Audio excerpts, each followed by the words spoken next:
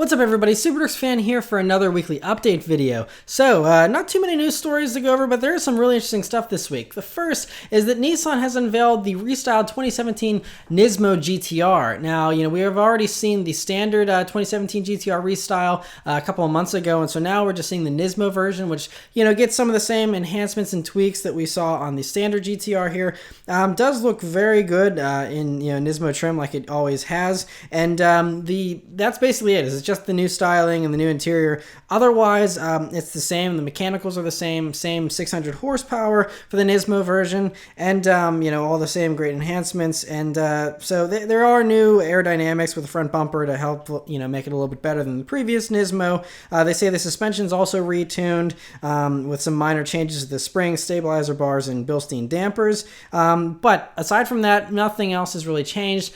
We do know the price will probably change, like I mentioned yesterday with the regular 2017 GT-R getting a price increase. We know that they'll probably increase the price on the Nismo here as well, even though there aren't any mechanical changes really. And so it'll be interesting to see how much more it increases, because they said for the regular GT-R that the increase was because of the now standard titanium exhaust. So this car already has the titanium exhaust, and it had it last year too. So it'll be interesting to see if they try and do the same price increase and blame it on something else, or if they just keep the price a little more tame for the increase on the Nismo than they did for the regular 17 GT-R. Next is that Porsche this past week was spy testing a Panamera mule, but it doesn't look like it's going to actually be a Panamera. It looks like it's been hacked up a little bit and it looks a little shorter. And so there's two different theories going around as far as what this could actually be.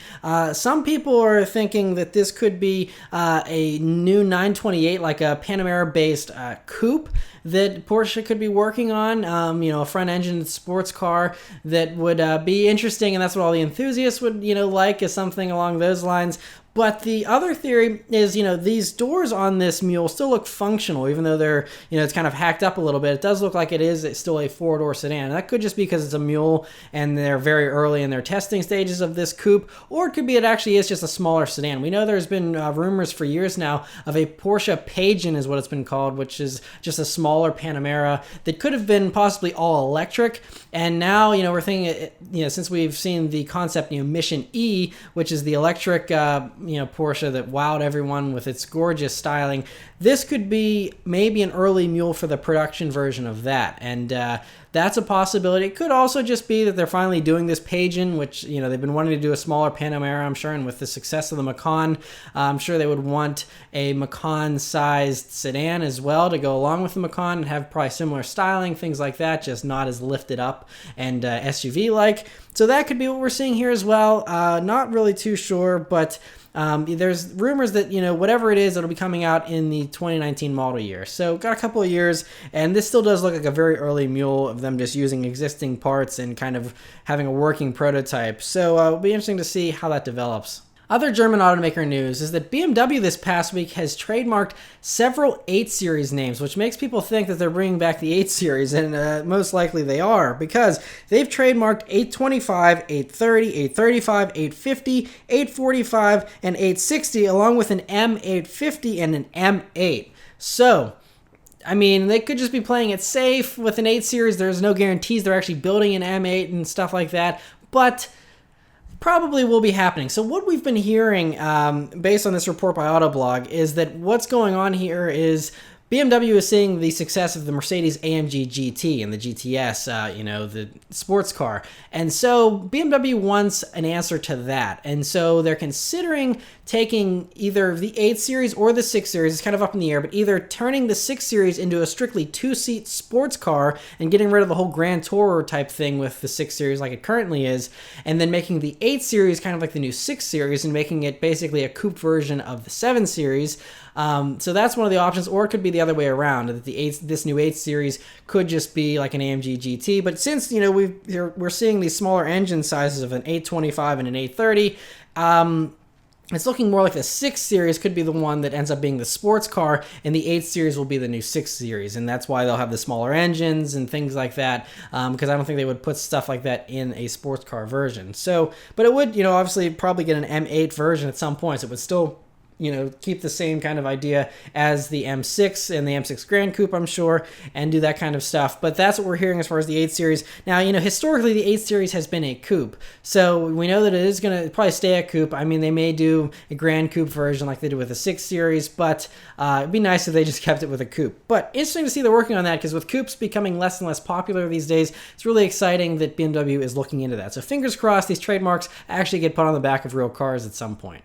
Other trademark news is that Aston Martin this past week in Europe trademarked the DBZ name, which could be because, we just saw this past week the Aston Martin Vanquish Zagato, which is gorgeous looking. We just saw that, and that was a concept, but, it could very well be that they're going to produce it in very small numbers, and so they would probably call it the DBZ, stands for DB Zagato. And, they've worked with Zagato on previous versions of, the DB7 and other vehicles in the past, and so this could very well be something along those lines and be sold maybe just in Europe if they're only trademarking the name for Europe, but I'm sure that, somehow they would probably make their way to America as well if they're using the Vanquish as the starting point there. Should be easier to legalize and stuff. So, cool to see that, and fingers crossed they actually make it. There's an interesting report this past week, or I should say rumor, from an Australian magazine called Motor, and they are claiming that Ford could be working on a new Ford Focus RS 500 is what they're calling it currently. And that model has been around, for the European versions of the Focus RS in the past, for a faster version. So that could be what we're seeing, is what they're thinking this will be. But there's interesting tidbits about what they think this would actually materialize into, because if they were to do an RS 500, according to the reports here, they believe that the 2.3-liter EcoBoost, the same motor in the Mustang that's in the standard Focus RS, that they think that at 350 horsepower, it's pretty close to its max power output that's safe for a warranted vehicle. And so they're saying that there probably wouldn't be more power added for an RS 500. It'd be more of making it more lightweight and really going extreme with the weight-cutting measures. And so, because of that, I feel like it's unlikely that an RS 500 would be brought to the States, because the standard RS is pretty hardcore, and we're lucky to be even getting it at all here in the States since we've never got them before in the past. But who knows, maybe if the RS is very well received here in the States like it seems to be, hopefully they'll bring a super stripped down lightweight version for us as well. But this could be a European only thing, but interesting to hear that rumor nonetheless, and we'll just keep our fingers crossed. Another interesting rumor was this past week, there's a rumor that Buick will be bringing a Regal Wagon to the States. And they said this because apparently there was a dealer convention recently where I guess Buick showed a Regal Wagon to the dealers, and it would be very easy to do because there is a Regal Wagon in, it's based on the Opel and Vauxhall Insignia over in Europe, and so they have a wagon version already because the Europeans love the wagons, of course, and so it'd be very easy to bring it here to the States. And so apparently the dealers were shown a wagon like this. They also apparently showed off a 2018 Buick Enclave, Regal, and Regal GS, as well as a 2018 GMC Terrain. So it's just showing all these future models to the dealers to get them all excited about them.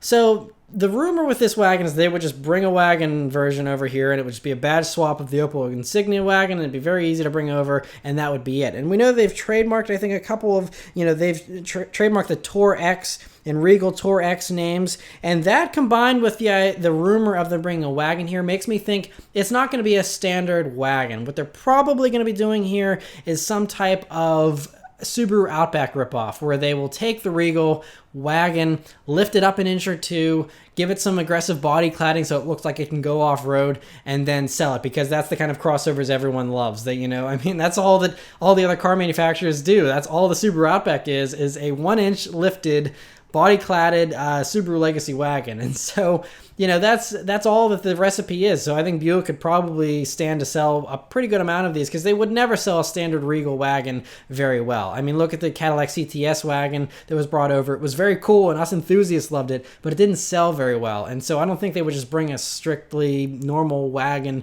version of the Regal over here whenever the Regal isn't even selling well as is. But you give it the crossover look, and all of a sudden everyone is in love with it for some reason. I don't understand American buyers currently, but that's okay. So that is what I think is going to be going on, but the rumor is just there will be some kind of Regal wagon for next year. So interesting to see that. We'll see what happens. There is an interesting rumor this week about the new Dodge Charger. So there was a dealer convention apparently last year that we're just hearing about now, where Dodge corporate showed off an early concept of a future Dodge Charger.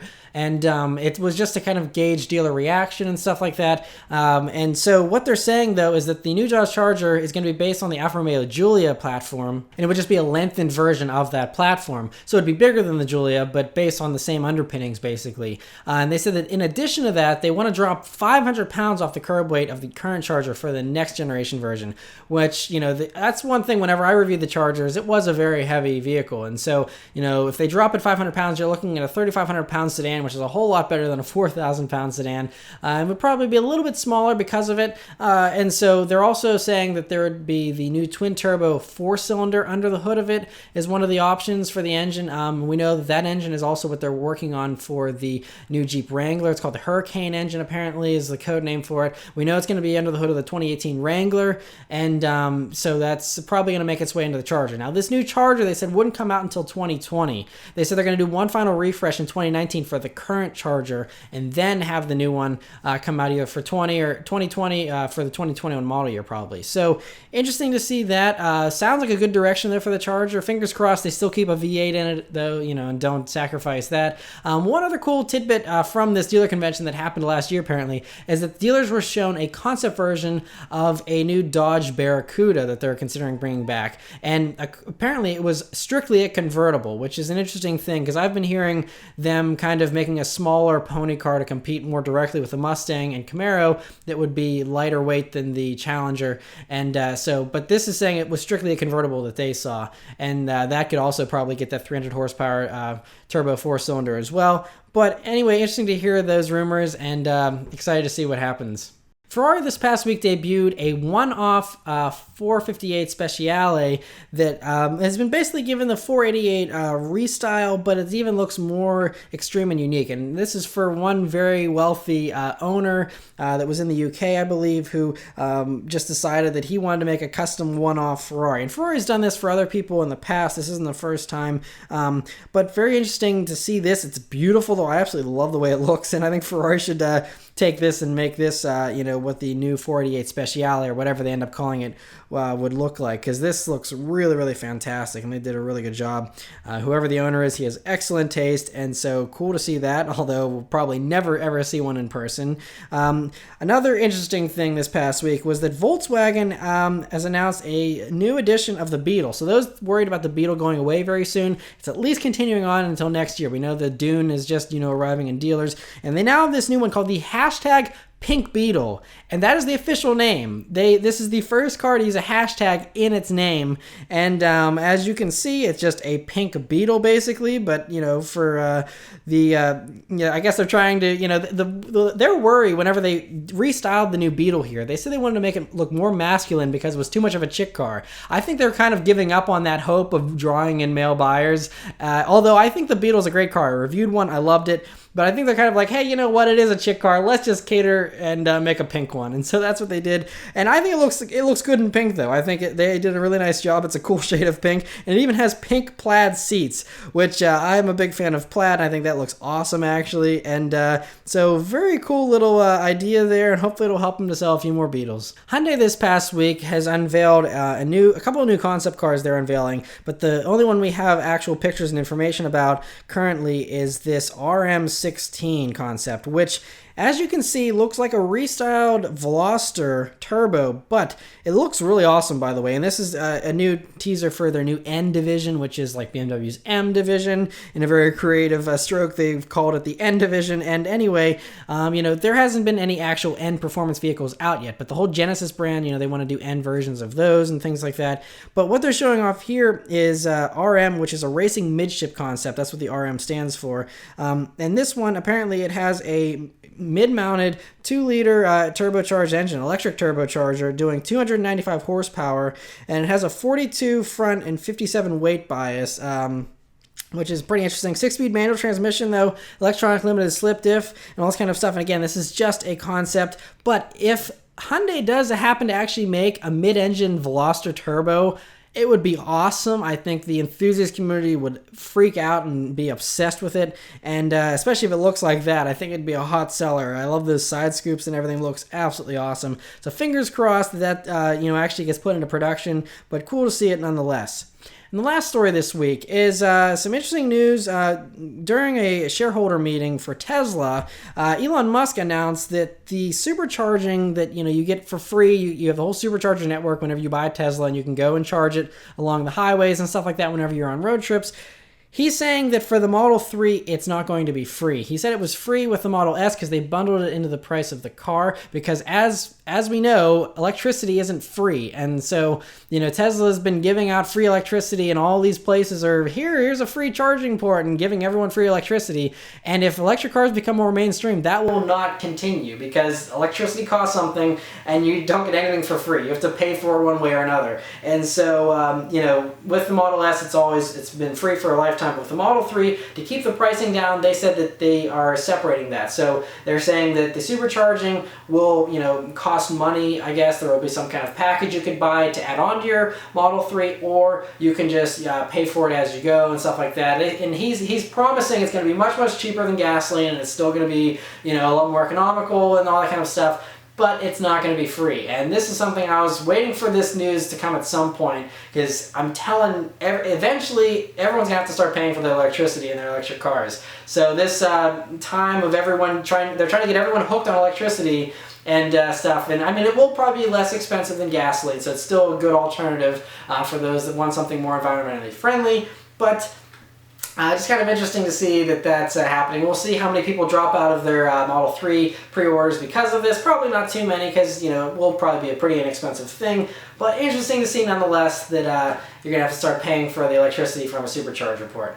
So anyway, that's it for all the news this week, guys. I'll send it over to me in the car. Alright, so for the car portion of the weekly update, well, this week I'm driving the Lincoln MKX, which is a very, very nice crossover here based on the Ford Edge, but very different from the Edge, and I actually prefer this a lot more than the Edge Sport. Even though the Edge Sport handled better, this is definitely more luxurious, and for a crossover, that's what I would want, I think, if you were getting a crossover, something luxurious, not something that's super sporty. And so overall, it's just a really nice thing. It's very comfortable and smooth, and I like the Lincoln treatment. I'm really rooting for the Lincoln brand here, and apparently these have been selling really, really hot recently. So it's a nice thing to drive around, and so you'll be seeing the review of this probably in about a month or so. I got a pretty big backlog still, but yeah, really nice thing. Has a great sound system and just a really cool little crossover.